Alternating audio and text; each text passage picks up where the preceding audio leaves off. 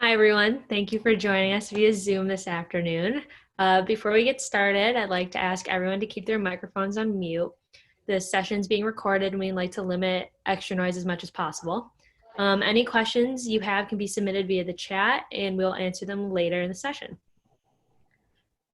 So my name's Lily Walker and I'm a sophomore here at Hobart and William Smith. I'm from Syracuse, New York. I'm a biochemistry major. I played on the William Smith lacrosse team, part of the One Love Club, and I work in a research lab here on campus. So I'm here today with Associate Professor of Chemistry, Justin Miller. Professor Miller, to get us started, could you tell us a little bit about your own background and the recent research you've been working on? Sure, but first, thanks, Lily. I'm thrilled that I get to do this with you. This is so much fun. I mean, normally we'll work in the lab together. Obviously, we can't do that, so we can Zoom like this instead. I got my undergraduate degree in chemistry from Princeton. I went to grad school for my organic chemistry PhD at MIT, and I completed a postdoctoral fellowship at Memorial Sloan Kettering Cancer Center in New York City. Since I started at HWS, that was in 2004, I've also gotten into food chemistry. I teach organic chemistry, of course, but also upper level food chemistry and two other courses, a first year seminar and what's called a bidisciplinary course involving food chem. I'm the pre-health advisor on the faculty. And I'm the faculty advisor for Club Ultimate, which is the ultimate disc, ultimate frisbee. My group's research projects involve synthesizing potential anti-cancer compounds using a method that my students and I have developed in our lab here at HWS.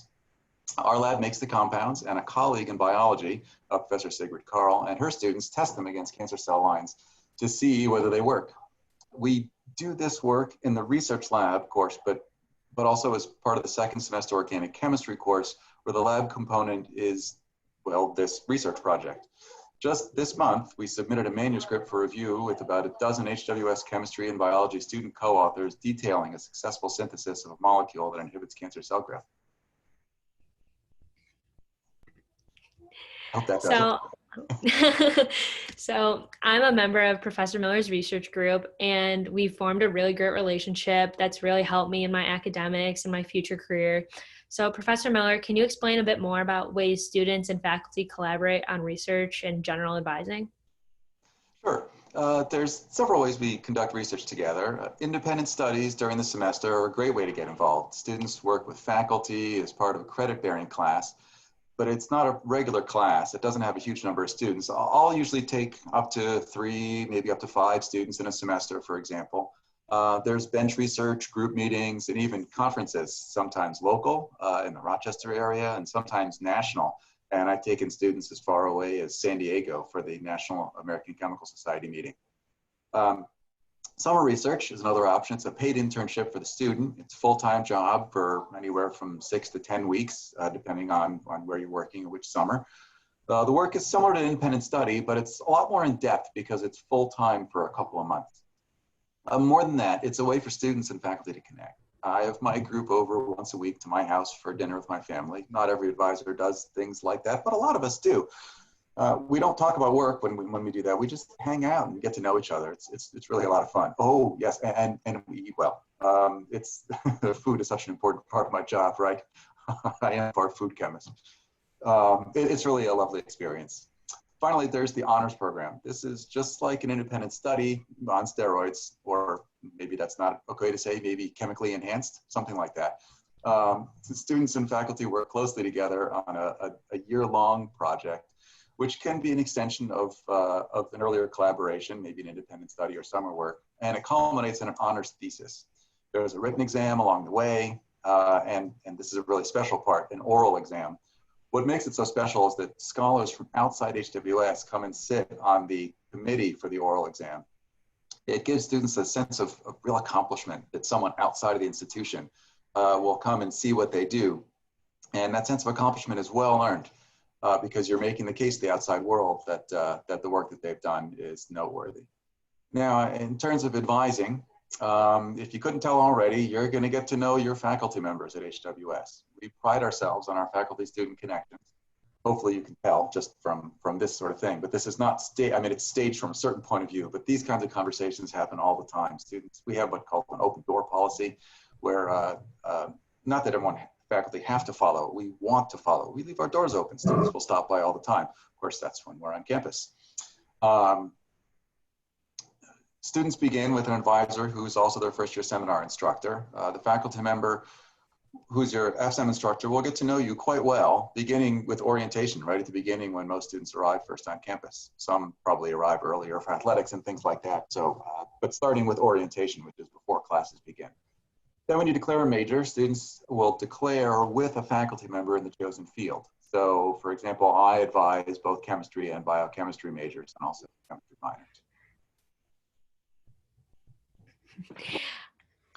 So chemistry and biochemistry are very diverse subjects, and students decide to study them for a variety of reasons. Can you talk about the curriculum and the options students have to pursue their specific interests within the chemistry department? Absolutely. There are a number of subfields within chemistry. I'm partial to organic and food. There's also inorganic, physical chemistry, biochemistry, analytical chemistry. The list goes on. As an undergraduate, you don't need to specialize, but you can focus on more than one particular area if you want. Everyone begins with a general chemistry. There's a year of general chemistry. There's a 1 semester accelerated track for those who want it. Next, there's a year of organic along with inorganic and quantitative analysis. Next comes physical and biochemistry. We have electives in spectroscopy, biophysical chemistry, forensics, food, analytical chemistry, and that's just a few of them. There's electives beyond that too. Thanks. When students are looking for colleges, I think it's a common theme to evaluate the majors available and the different career options that you can pursue with those majors. Are there any common themes for chemistry majors after graduation? Like, do you see pursuing graduate school or looking for specific types of jobs? Yeah, so we see a huge range of things. We send a lot of students on to graduate and professional schools. I'll use my group as an example. I've had about around 40 students. Not all of them have graduated yet, so the list won't include all of them, of course. I sent, of those, around 11 students onto PhDs at top institutions like Berkeley and Wisconsin-Madison, Tufts, Stanford. I've sent 2 to get masters in public health degrees, 16 to medical or dental schools, and 7 to field-grade employment like medical research, nursing, chemical industry, science teaching. Just this year, one of my seniors is headed to postgraduate education in engineering, and another is going to dental school. And all this stuff is just the students in my own research group. There's a huge variety also beyond that. I can't think of anyone who applied to get a PhD who was unsuccessful in going through that process. So, we get students into PhD programs. Through our curriculum and advising, we'll prepare you for anything. I remember a great student who went on to a career in brewing. I had him in my upper level food chem class, so that was fun. That's a neat career choice. So this is my last question before we open it up to the audience. Professor Miller, how do you make the case for the value of a liberal arts education for a student who is interested in chemistry or biochemistry? Oh yeah, that's an easy one. We live in an interconnected world. Chemistry it's meaningless without biology, of course, but also economics, history, psychology, sociology, ethics, religious studies, political science. Do I have to go on? Just look at today's world. What we're all going through, how important it is to be able to combine an understanding of science with public policy and psychology and sociology, and understanding the science, how science impacts human beings individually and collectively is so important. You get that kind of perspective by studying science in the context of liberal arts. And things like dance and acting and studio art can help you and the rest of the world interpret what you discover as a scientist too. You'll find that it's not what you learn that matters, but what you do with what you learn. The liberal arts, and I count the science as a liberal arts, that's not just me, they're liberal arts, help you figure out not only what you'll do, but how you'll communicate it to the world, and in turn, how the world, including you, will view what you do. Well, I love Harry Potter, so one of my favorite quotes from J.K. Rowling is that it's our choices that make us who we are. And how better prepare to make good choices than with liberal arts education? Thank you, Professor Miller. And for those watching, if you haven't already, feel free to submit your questions through the chat. I see someone has already. So this question is, how much opportunity is there in a first year or second year for a bio/chem major to take a non-science elective? All right, Betsy, yeah, that's a really good question. So right at the beginning, your your initial goals are going to be to spread yourself across their curriculum as much as possible. And the way we address that with first year seminar instructors being advisors is that you're going to be encouraged to take courses across their curriculum. We have something called the 8 goals. I don't know if you all are familiar with that, but that's basically HWS's take on distribution requirements. The goals include things like scientific reasoning and mathematical reasoning, but also things like ethics and cultural goals. There's a fine arts goal, right? Fine and performing arts. So the idea is that you should be taking courses across the broad liberal arts curriculum, starting from the very beginning. And then as you specialize and you major, you're still going to be taking courses across the curriculum. A biochemistry major or a biology major or a chemistry major is minimum around 12 courses, but maximum around 16. And since you have 32 courses in a normal 4-year college career, that leaves half your courses that are outside your major. So there's lots of time to take non-science electives. And it's not just that there's time to do it, it's that you better do it, right? That's our goal. Yeah, I'm only a sophomore, but I've taken my first year, I took a philosophy course, I took a psych course. Last semester, I took a music course, a music theory course. This semester, I'm taking an English class.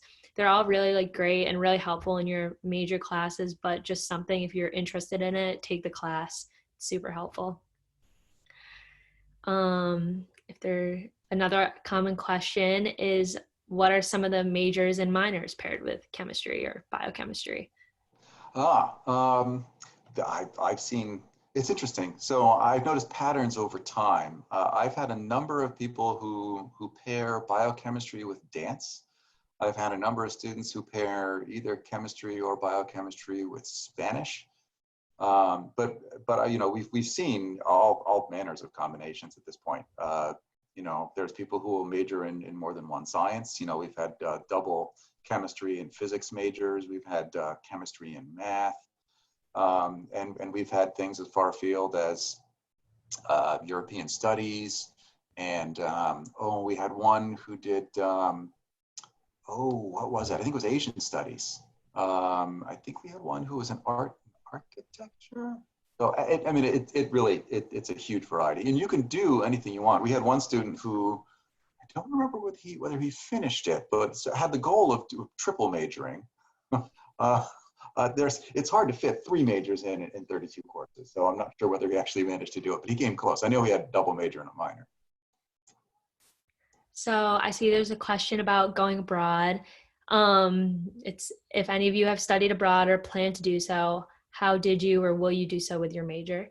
So actually, I'm supposed to go abroad to Maastricht in the Netherlands this fall, but due to the current pandemic situation, I'm not really sure how it's going to play out. But Professor Miller is my advisor, so you sit down with your advisor and you work out a plan to make sure you're hitting all your goals, you get all your major requirements, all your minor requirements, and almost 100% of the time it always works out. I can't think of a situation where it wouldn't have worked out for me. They're super helpful in making sure you get all your credits, and abroad you can usually accomplish some of your goals. You can usually get credits towards your major depending on what classes they are. The department just has to approve of them. And a lot of times, like, my program is specific to science majors who maybe want to go abroad but are worried about like getting everything done in time. So I think it's been super helpful, and there's always a chance to study abroad in the spring or the fall. Yeah, I mean, students can go abroad. There's many ways to use it, right? You can use it towards your major if you want to. You know, there are programs that, like the one that Lily's going on, that will address coursework in particular majors. There's also the option to go and forget about your major for a semester and just do whatever is offered while you're abroad and plan appropriately so that you can finish your major courses while you're on campus.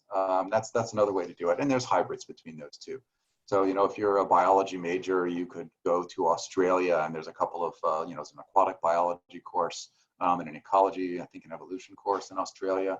Or you could go to Vietnam, where it's a lot of sociology courses, has really nothing to do with the science curriculum, but that's okay, right? Because you're just there to get the experience. You could address some of the 8 goals that way through your courses when you're abroad, or you could have a minor in sociology and you could address it that way. So there's lots of ways to, let's say, use your abroad courses towards your graduation requirements, but you don't even really have to do that if you don't want. You can just go abroad because it's a great experience, and you know, around 60% of our students do go abroad. So it's a really spectacular program. So another question that's been asked is, does HWS require a minor? HWS does require a minor. You'll find that most students don't really have to try to get a minor. They end up with a minor or close to a minor. They might have to end up taking another course or two to sort of round out the minor. But we do require one. It means that you have breadth and depth in one discipline, that's your major, and you have a little bit more breadth also in another discipline. And this goes along with what I was saying about the liberal arts, right? Our goal here is to graduate students who are liberally educated. And what that means is that you have experience and hands-on knowledge of more than one field, right? Hopefully even more broadly than that, but certainly having a major and a minor helps accomplish that. Yes. So another common question for people interested in chemistry or biochemistry is, if I want to be pre-med, is chemistry the obvious choice of a major? This is a great question. So I'm gonna take this question in a slightly different direction and then come back to answering the question, because I'm the pre-health advisor also, right? So I advise a lot of students who are interested in going on to medical school, dental school, veterinary school, occupational therapy, physical therapy, nursing, ophthalmology. There's lots of things that I haven't even mentioned. We call these the pre-health students. Now, we recommend that you major in, you ready? Whatever you want to major in. Right, there are requirements for all of these postgraduate studies. So you'll obviously fulfill those requirements. There are going to be, for medical school, for example, there's chemistry, biology, of course, physics and math, and a couple of English courses you have to take. There are majors that overlap better and worse with the courses that are required for pre-med, right? So you should major in whatever you want. We've had majors in European studies and physics and, you know, across the entire history, across the entire curriculum, go on to medical school. The one that overlaps the most with medical school is actually biochemistry. That makes sense because there's biology and chemistry courses that are required, and part of the biochemistry major is at least one of the physics courses that you would need for pre-med. So it turns out that you're, and a math, at least one math course that you need for pre-med. So it turns out that major has the biggest overlap with what you'd need for pre-med. The same is true for pre-dental, the same is true for pre-vet, actually. So that doesn't mean that you need to major in chemistry, biochemistry, or biology. But there is significant overlap with all three of those with the pre-med track. Thank you. Oh, so I see another question. How are the courses like for a first year who intends to major in chem? Does the level of your classes in high school affect where you get placed, like APs, honors, etc.? That is an excellent question. So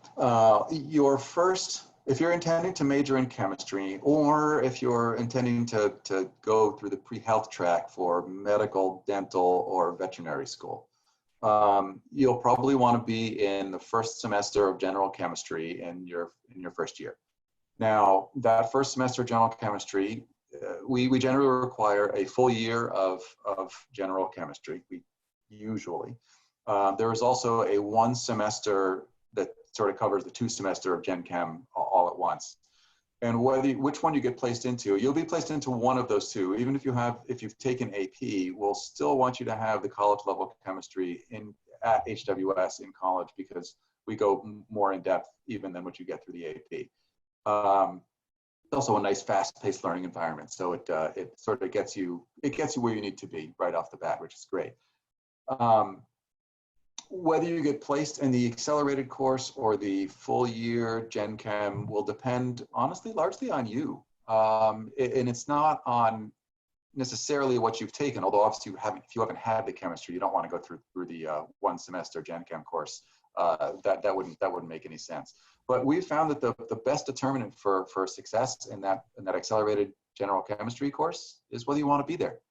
If you want to if you feel like you're prepared, and we look at what you've done in high school and say, yeah, you're prepared. And that could be that you've had, you've had honors chemistry but did really well in it. It could be that you've had AP chemistry. Either way, if you feel like you're prepared and you want the challenge of the 1 semester, then that's really the determinant of whether you're going to do well in it. Because most people coming in can do it. It's a question of whether they want to do it. So it's partly about prerequisites, but it's more about that desire, the drive. Yeah, I know for my first year in high school, I had taken honors chem and AP chem, but when I came to my first year of college, I had wanted to really make sure that I had a good background in chemistry since I wanted to major in biochemistry. So I decided to take the 2 semesters of chemistry, and I'm really glad I did that. But I know a lot of people that have also taken the 1 semester and are doing really well as well. So it really just depends on you. And then, yeah. Yeah, the 1 semester, what it does for you is that it opens up space in your schedule. And this can be great, especially for someone who wants to go abroad for a semester, someone who is interested in going on to, veterinary medicine or MD or dental. It opens up a space in the chemistry curriculum, which means that you can then take a semester and do whatever you want to do. And that can work really well. So there are many students who take both semesters of Gen Chem and are very happy that they've done so. And there's many students who take the accelerated course and are very happy that they did so. So it's a personal thing. It's a personal choice. Yeah. So another question that's often asked is, how do you choose students for your research or lab positions? Oh yeah, that's a really good question. So the way faculty members choose students is often by expressed interest. Students who are interested in doing research, who are sort of genuinely interested and aren't doing it for I'm going to call the right reasons, right? They want to do it because they want to do it. They don't want to do it because it'll look good on your resume. In general, it's not worth doing things because you think they look good on your resume. You should do them because you're interested in them. So faculty members are looking for students for whom that's true, for whom this is something it looks like they're interested in. And the way you express interest is by showing up. You show up in the professor's office for office hours. You make an appointment to shadow their students in the lab. You ask good questions. He's a really good one. This is a nice tip. So all of you who are here, you want to express interest in a way that's gonna have a lasting impression. Ask for literature articles. Say, so hey, are there any articles that you can send along that I could maybe try and read? And I know that I don't know a lot of the material, but still I'm interested in taking these articles and seeing what I can get out of them. Right? That's a great way to do it, because that demonstrates a certain kind of initiative that is great in a laboratory setting also. Right? So if you've demonstrated that kind of initiative outside the lab, then demonstrating the initiative in the lab was great. I had another student who set up a meeting to talk with me about joining potentially my research lab, and came to that meeting just as this is the first year in, I want to say like November, right? So it was really shortly after the student had arrived on campus, and showed up for this meeting with a printed resume, right? And said, here's my resume, like a real meeting. And that was really cool. It's like, wow, you're really prepared for this meeting. And it's not that I need to see the student's resume, right? That's not it at all. It's that the student was thoughtful enough and had planned enough and was organized enough to think, this is what I need to do to prepare for this meeting. And ultimately, when you want to take somebody into your lab who's going to do independent work, you need somebody who's going to be trustworthy, who's going to be organized, who's going to be prepared for, I don't know, in a laboratory setting, anything could happen, right? I mean, literally, you've seen that in the lab. You can't prepare for everything that's going to happen because you don't know what's going to happen, but you can know that you need to be prepared.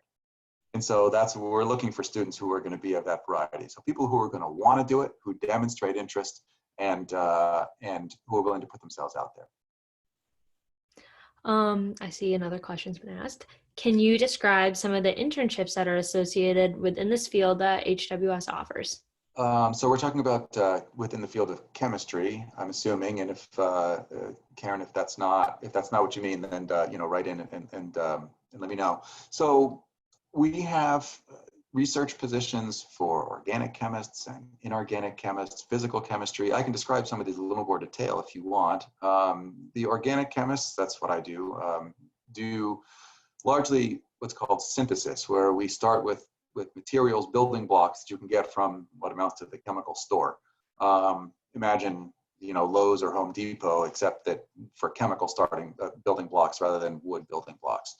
And you put them together in ways to make molecules that can be of biological relevance, right? So my group makes molecules that are potentially anti-cancer drugs. Actually, the other organic chemist also makes drugs that are molecules that are potentially anti-cancer drugs.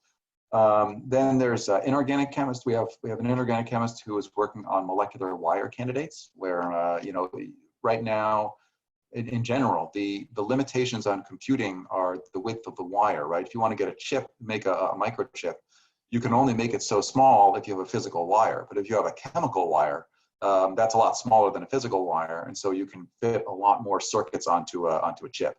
So that's what she's working on.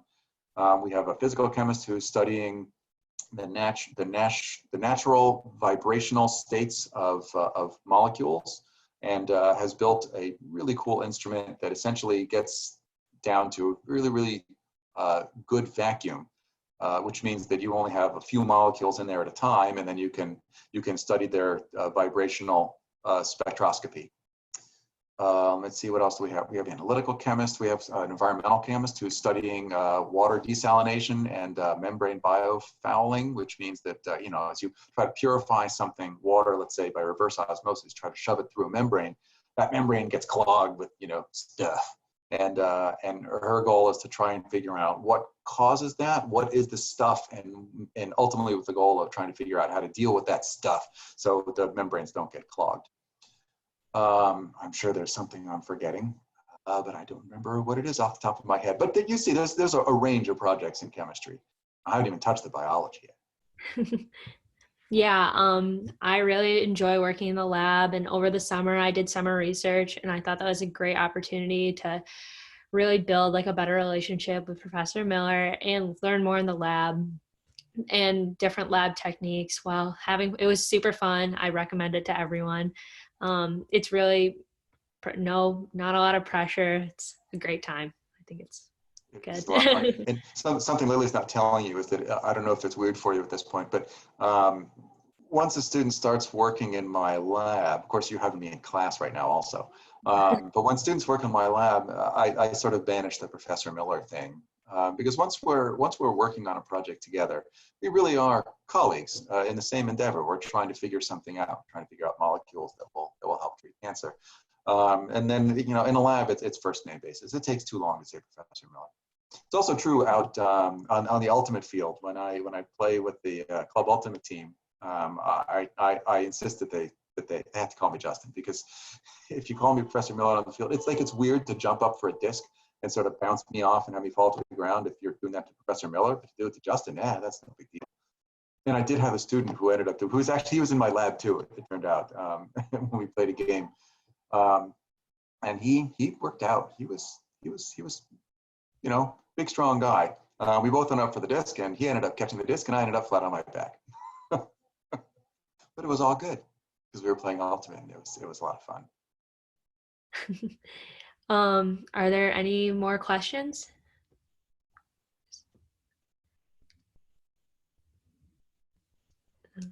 There must be more. You were all motivated to come to the session, which is great. It's awesome that you came. You must have something that you want to ask.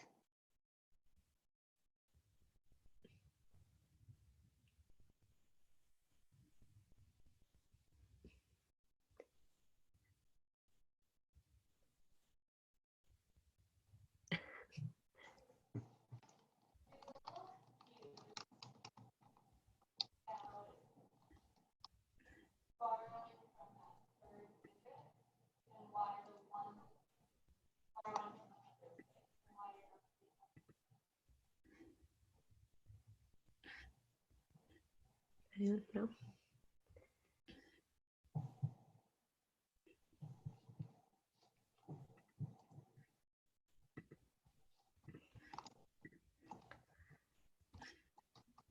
Okay. Oh. Okay, so since there's no more questions, if you'd like to get in touch with either me or Professor Miller or anyone in admissions, feel free to email. We can both put our emails in the chat in case you have any questions. I'm also hoping to go to medical school, so if you have any questions about that and how I've been dealing with it, feel free to email me. And thank you so much, and we wish you the best of luck. Thank you for showing up to this. It's really great. Thanks, everybody. Yeah, thank you so much.